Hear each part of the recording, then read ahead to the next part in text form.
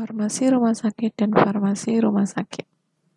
Pada bab ini, kita akan mempelajari tentang farmasi rumah sakit dan rumah sakit.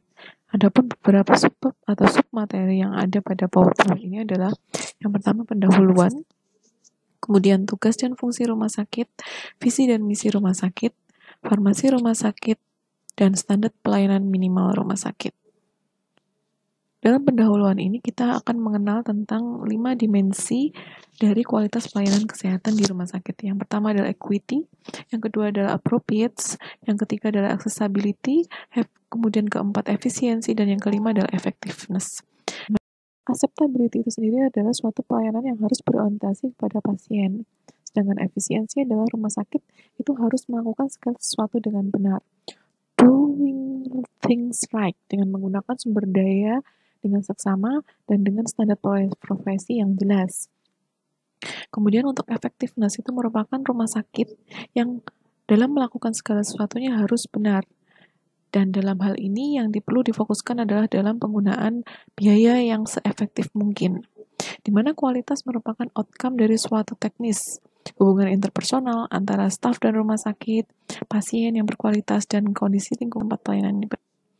Kemudian kita harus mengenal tentang upaya kesehatan, di mana upaya kesehatan merupakan suatu kegiatan untuk memelihara dan meningkatkan kesehatan, bertujuan untuk mewujudkan derajat kesehatan yang optimal bagi masyarakat. Di mana pendekatannya, yang pertama adalah promotif. Sebelum promotif itu, upaya kesehatan harus melaksanakan pemeliharaan dulu, kemudian promotif, preventif, kuratif, dan rehabilitatif, di mana semuanya itu harus dilaksanakan secara menyeluruh dan berkesinambungan. Kemudian pengertian dari rumah sakit itu sendiri ada beberapa macam, di mana Departemen Kesehatan tahun 2009 dan 2014 itu memberikan pengertian yang sebenarnya memiliki inti yang sama, di mana yang di sini keyword yang harus kita pahami adalah merupakan institusi pelayanan kesehatan bagi masyarakat, di mana institusi ini dipengaruhi oleh perkembangan ilmu pengetahuan, kesehatan, kemajuan teknologi, dan kehidupan sosial ekonomi masyarakat. Kemudian tahun 2004, pengertian itu pun ada dari tahun 2004, yaitu merupakan salah satu sarana kesehatan yang merupakan rujukan pelayanan kesehatan dengan fungsi utama menyelenggarakan upaya kesehatan yang bersifat penyembuhan dan pemulihan bagi pasien. Kemudian ada juga pengertian dari Aditama tahun 2010 yang menjelaskan bahwa rumah sakit itu dilaksanakan berdasarkan adanya sifat-sifat dasar, yaitu spesialistik dan spesialistik, memberikan pelayanan kesehatan yang bermutu dan terjangkau oleh masyarakat. Adapun klasifikasi rumah sakit menurut Undang-Undang Nomor 44 Tahun 2009 adalah ada dua.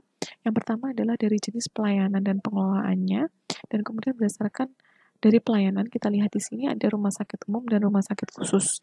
Dimana rumah sakit umum itu pengertiannya adalah dia memberikan pelayanan kesehatan kepada semua bidang jenis penyakit.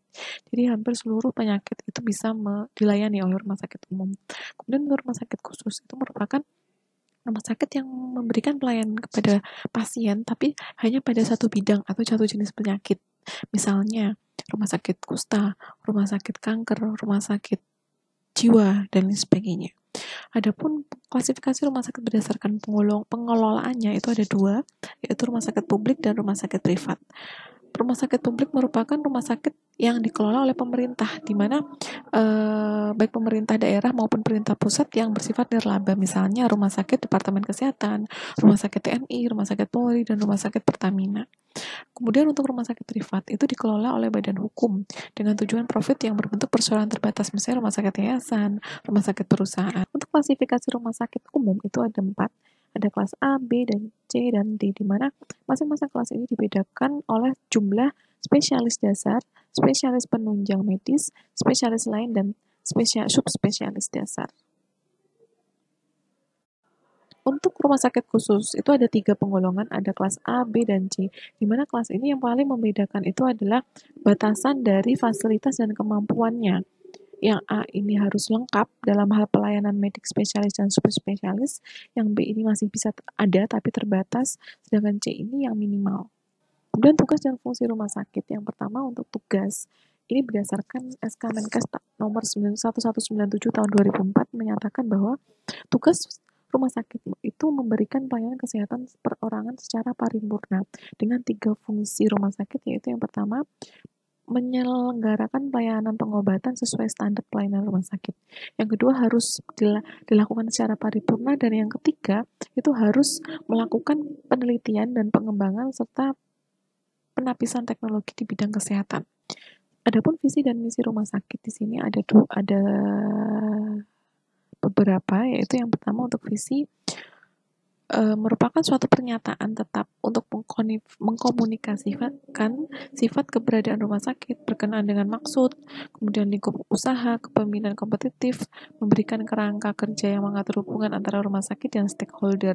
Stakeholder di sini bisa berupa pasien ataukah perusahaan-perusahaan yang bekerja sama dengan rumah sakit. Untuk misi, untuk bisa mewujudkan visi berarti rumah sakit itu harus melakukan beberapa misi, di mana misi ini harus memiliki konten, yaitu pernyataan singkat dan jelas tentang alasan keberadaan rumah sakit itu. Maksudnya apa, fungsi apa yang diinginkan untuk memenuhi harapan dan kepuasan konsumen. Yang kedua, dia juga harus berisi metode utama untuk mencapai maksud tersebut. Untuk farmasi rumah sakit sendiri, ini kita harus yang memahami bahwa keyword yang harus kita pahami di sini adalah tuntutan masyarakat dan pasien akan mutu pelayanan farmasi, di mana harus mengharuskan perubahan mindset, di mana yang dulunya drug oriented menjadi pasien oriented dengan filosofi pharmaceutical care, di mana pharmaceutical care ini adalah suatu pelayanan atau praktek kefarmasian yang meliputi mengidentifikasi, mencegah, dan menyelesaikan masalah obat serta masalah yang berhubungan dengan kesehatan, di mana farmasi ini harus bertanggung jawab terhadap semua barang farmasi yang beredar di rumah sakit. Nah, di sini metode yang harus dilakukan dalam pelayanan farmasi adalah metode satu pintu. Tidak, di mana harus berpusat kepada instalasi farmasi rumah sakit. Ini ada tujuan pelayanan farmasi, ada tujuh tujuan pelayanan farmasi. Yang pertama adalah melangsungkan pelayanan farmasi yang optimal, baik dalam keadaan biasa maupun keadaan gawat darurat, sesuai dengan keadaan pasien maupun fasilitas yang tersedia. Yang kedua, menyelenggarakan kegiatan pelayanan profesional berdasarkan prosedur kefarmasian dan etika profesi. Kemudian melaksanakan komunikasi, informasi, dan edukasi mengenai obat, kemudian bisa menjalankan pengelolaan obat berdasarkan aturan-aturan yang berlaku, dan bisa mengevaluasi, melakukan pengawasan dan penelitian, fasilitasi, dan mendorong kursus standar pengobatan.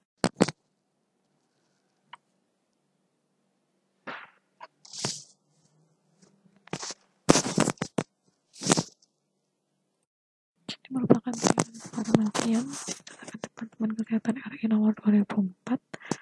Ada beberapa poin yang harus kita ketahui, bahwa yang pertama mengkaji resep, kemudian mengidentifikasi masalah obat, mencegah mengatasi masalah obat dan alkes, memantau efektivitas dan keamanan dari obat dan alkes tersebut, kemudian memberikan informasi kepada petugas kesehatan, pasien maupun keluarga pasien, kemudian melakukan konseling kepada pasien dan keluarga pasien.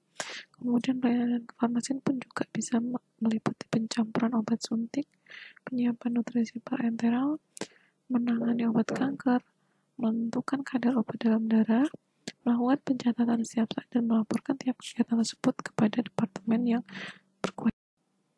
Persyaratan kefarmasian ada 5.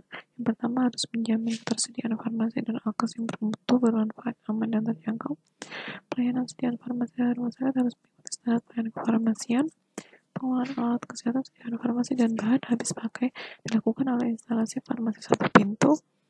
Besaran harga perbulan farmasi di rumah sakit harus wajar dan berpatokan pada harga tetap yang ditetapkan oleh pemerintah dan harus sesuai dengan ketentuan yang berlaku. Persyaratan farmasian terdapat pada pasal 15 Undang-Undang Rumah Sakit nomor 44 tahun 2009. Ini merupakan standar pelayanan minimal rumah sakit. Ada 8 standar. Standar 1, 2, 3, 4, 5, 6, dan 7, dan 8. Jadi masing-masing standar memiliki poin, parameter, atau indikator tersendiri-sendiri. Sekian dan terima kasih.